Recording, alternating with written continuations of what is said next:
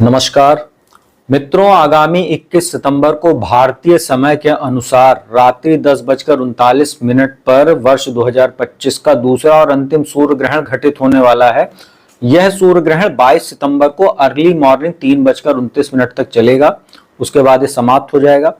मित्रों, यह जो सूर्य ग्रहण, इसकी एक विशेषता क्या है कि ये भारत में दृश्य नहीं होगा, इसलिए यहाँ पर भारत में किसी भी प्रकार का सूतक काल से संबंधित जो नियम होता है, सूर्य ग्रहण से 12 घंटे पहले जो मंदिर वगैरह के कपाट बंद हो जाते हैं और सभी प्रकार के शुभ कार्य वर्जित हो जाते हैं, तो वो सब चीजें यहाँ पर लागू नहीं होंगी। सारी स्थितियां सामान्य रहेंगी, जैसे आपका रूटीन वर्क चलता है वैसे आप करते रहिए, किसी प्रकार का डरने की आवश्यकता नहीं है।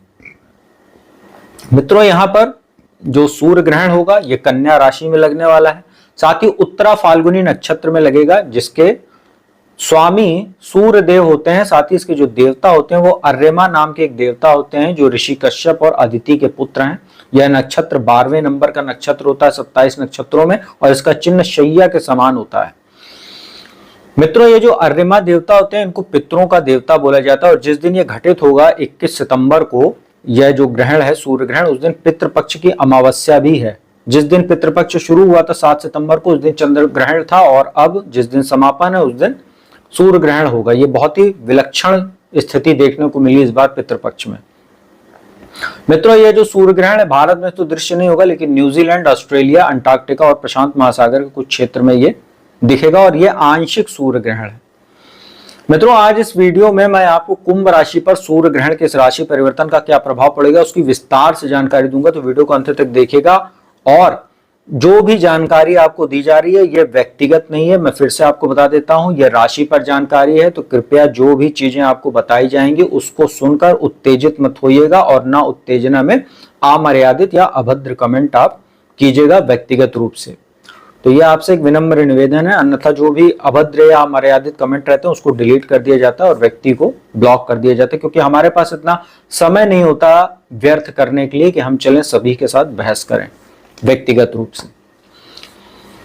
तो मित्रों, कुंभ राशि वालों के संदर्भ में देखें तो अभी स्थितियां आपके लिए कोई बहुत वैसे अनुकूल तो है नहीं। 7.5 का अंतिम चरण चल रहा है, लग्न में राहु है, सप्तम में केतु हैं, और यहाँ पर जो सूर्य की स्थिति है वो आपके अष्टम भाव में प्रवेश कर चुके हैं 17 सितंबर को। यहाँ पर उच्च राशि में बुध भी विराजमान है, और चंद्रमा रहेंगे उस दिन जिस दिन ग्रहण लगेगा, और शनि के साथ सीधा दृष्टि संबंध रहेगा सूर्य, चंद्र और बुध का।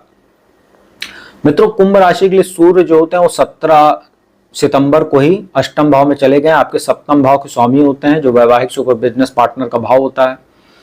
मित्रों, अष्टम भाव जो होता है जीवन में होने वाली अचानक घटनाओं का भाव होता है, आयु मृत्यु का भाव होता है, यहाँ से आयु का विचार होता है।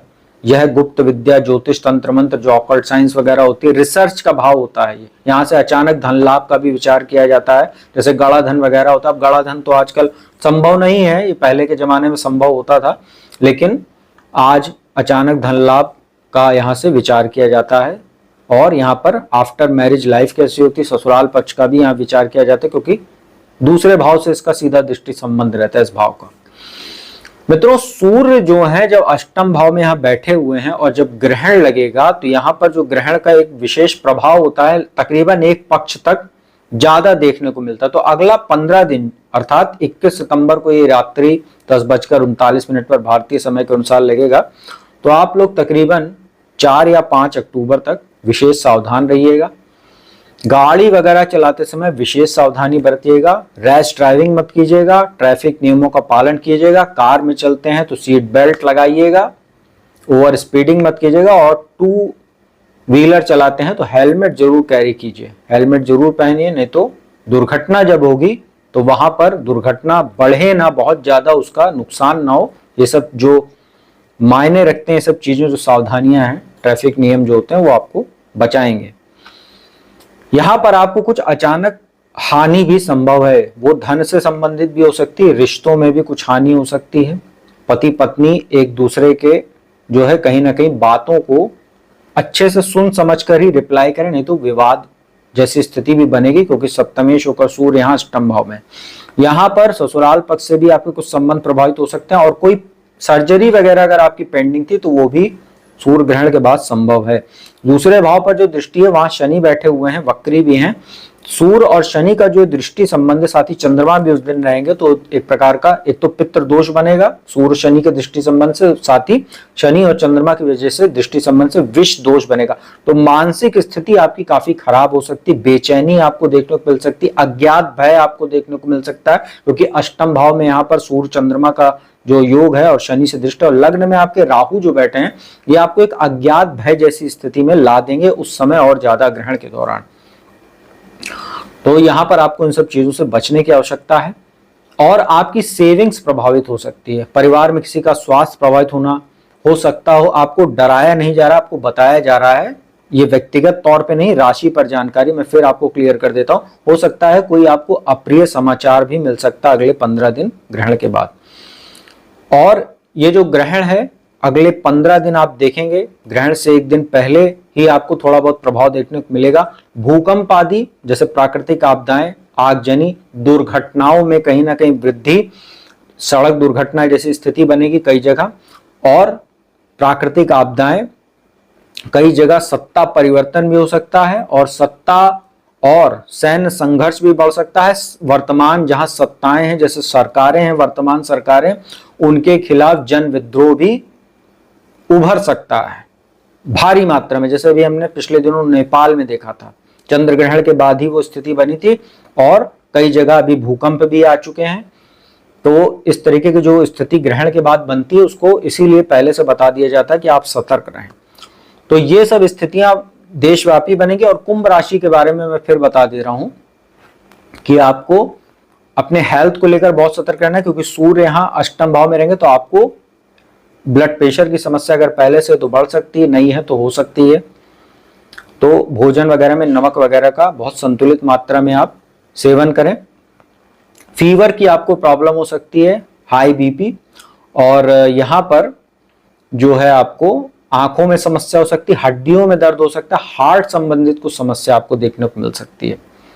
ये सब समस्याएं उनको बढ़ सकती हैं जिनको पहले से, जिनको नहीं है उनको होने की संभावना बनेगी। तो खान पान संयम संतुलित रखें, अपना रूटीन अच्छे से मैनेज करें, और शरीर को बहुत ज्यादा थकाएं नहीं, रिलैक्स उसको करने दें, और कहीं ना कहीं जो है अच्छी नींद लें। 6 से 8 घंटे की नींद जरूर लिया कीजिए, तो आप लोगों के लिए अच्छा रहेगा।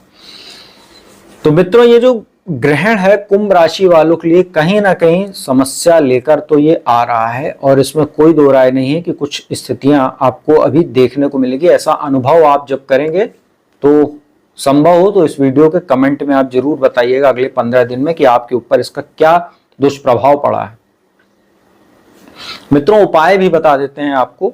देखिए, उपाय आपको ये करना है कि देखिए, भारत में तो दृश्य नहीं होगा, लेकिन फिर भी अगर आप संभव हो और आपकी आस्था हो ज्योतिष में, तो रात्रि 10:39 पर जब ये ग्रहण शुरू होगा 21 सितंबर को, तो आप महामृत्युंजय मंत्र या गायत्री मंत्र या ओम नमो भगवते वासुदेवा, इन तीनों में से कोई एक मंत्र का जाप कर सकते हैं। मानसिक जाप कीजिए, बोलने की आवश्यकता नहीं। किसी अकेली जगह पर घर में, जैसे बालकनी में या छत पर, टेरेस पर जाकर आप बैठ सकते हैं, मंदिर में बैठ सकते हैं, क्योंकि उस समय सूतक काल यहाँ भारत में लागू नहीं होगा, तो आप मंदिर में भी बैठ सकते हैं अपने घर में, पूजा स्थल पर। वहां बैठकर आंख बंद करके मानसिक जाप कर सकते हैं आप, तो भी आपके लिए बहुत अच्छा रहेगा। और अगले दिन 22 सितंबर को जब ये ग्रहण समाप्त हो जाएगा और नवरात्रि का जो शारदीय नवरात्रि का पावन पर्व है वो भी शुरू हो जाएगा, तो अर्ली मॉर्निंग आप उठकर स्नान आदि के उपरांत सूर्य को जल दीजिए, और उसके बाद कुछ अपनी इच्छा अनुसार, क्षमता अनुसार कुछ अनाज, जैसे गुड़ हो सकता है गेहूं के साथ मिलाकर, या कुछ वस्त्र हो सकते हैं, और कुछ फल वगैरह किसी जरूरतमंद या मंदिर में जाकर आप दान कर सकते हो। तो ये आपके लिए अच्छा रहेगा। एक प्रकार से ग्रहण का जो उपाय होता है उसको करने में कोई गुरेज नहीं होना चाहिए।